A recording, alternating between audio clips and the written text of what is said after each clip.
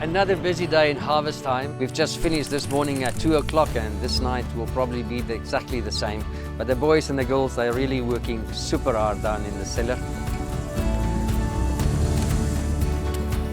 We are officially done with white wine for the season. We had a nice long evening last night and an early morning today just to get the white out of the way. The crop's a little bit smaller, so smaller berries, a lot more concentration and flavor in the berries. Initially, the vintage was 2 weeks later, and then a very hot spell in January pushed everything forward by at least a week. So everything was ripe in the middle of February. But overall, a very good white wine vintage, in my opinion. So very tropical year. It's not a super aromatic year, but wines with hugely intense flavor profile.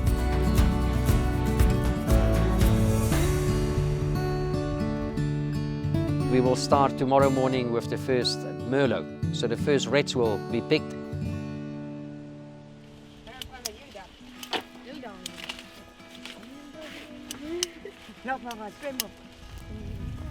We'll finish Merlot by next week, and then we'll get stuck into Shiraz for the Merlot Shiraz blend, and then Cab right at the end. So Cab we'll leave on the vine as long as possible. This week we had fantastic temperatures. This was just one day over 20 degrees Celsius. So this will delay the vintage very nicely. And Cabernet and Shiraz, you can actually stretch the ripening period and they will get to great physiological ripeness. Quality is looking very good from the red grape side. Crop's also a little bit down, but amazing concentration and flavor in the berries. Everything's starting to move over to pump overs, punch downs, a lot of de-stemming and sorting. Very hard working group of interns this year, and the cellar guys are just getting stuck into it. They love what they're doing. So here we're busy with the pump over.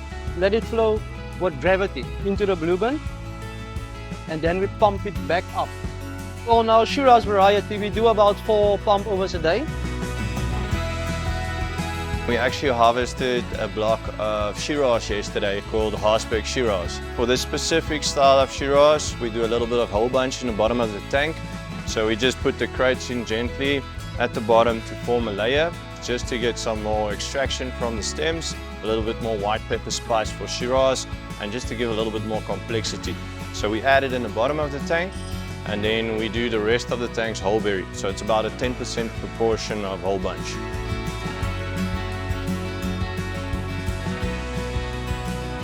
So we've done the 10% whole bunch in the bottom of the tank, and then we come back here to remove the stems from the berries. So we actually put the crates on a pre-sorting vibrating table, then it goes into a conveyor belt, up into a oscillus. Berries fall through on the final sorting table. That's also a vibrating table. It shakes out the rest, so everything's whole berry. So we did 10% whole bunch in the bottom of the tank, and then the rest of the tank will be whole berry. Berries actually act as a little tank, and you get a little bit of carbonic fermentation that adds a little extra layer to your flavor profile. We do a pounds down for fermentation like twice a day, especially on the Shiraz, Cabernet and Merlot. So we're doing a pounds down early in the morning, about 6 o'clock when we start working, and then one during the day. So twice a day, 12 pounds down for the whole fermenting procedure. So we try to do it in the whole tank, in the corners, in the middle, just to make sure the juice or the wine have a different route to follow through to extract that aromas.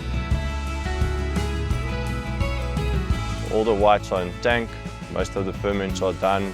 Wild fermentations in barrel are still ticking along. They take their time, and then barreling down to 225 litre French oak barrels for all the reds, and then malolactic in barrel, and then a long maturation. So what's happening for the rest of the 3 weeks is a lot of Shiraz to be picked. So it will be quite a lot of late nights, a lot of sorting, but it's looking beautifully so far. So look forward to the 2023 vintage. Enjoy every sip.